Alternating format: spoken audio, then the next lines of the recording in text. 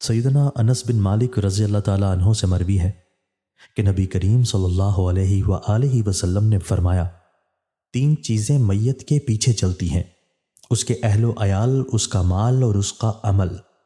2 چیزیں واپس آ جاتی ہیں اور ایک باقی رہ جاتی ہے۔ اہل و عیال اور مال لوٹ آئیں گے اور اس کا عمل باقی رہ جائے گا۔ سیدنا ابو ہریرہ رضی اللہ تعالیٰ عنہ سے یہ بھی روایت ہے، وہ کہتے ہیں، میرے خلیل نے مجھے 3 امور کی نصیحت کی، میں ان کو موت تک نہیں چھوڑوں گا۔ سونے سے پہلے وتر ادا کرنا، ہر ماہ میں 3 دنوں کے روزے رکھنا اور جمعہ کے دن غسل کرنا۔ سیدنا ابو ہریرہ رضی اللہ تعالیٰ عنہ بیان کرتے ہیں کہ رسول اللہ صلی اللہ علیہ وآلہ وسلم نے فرمایا، 3 افراد کی مدد اللہ تعالیٰ پر حق ہے: اللہ تعالیٰ کی راہ میں جہاد کرنے والا، پاک دامنی کی خاطر نکاح کرنے والا، اور ادائیگی کا ارادہ رکھنے والا مکاتب۔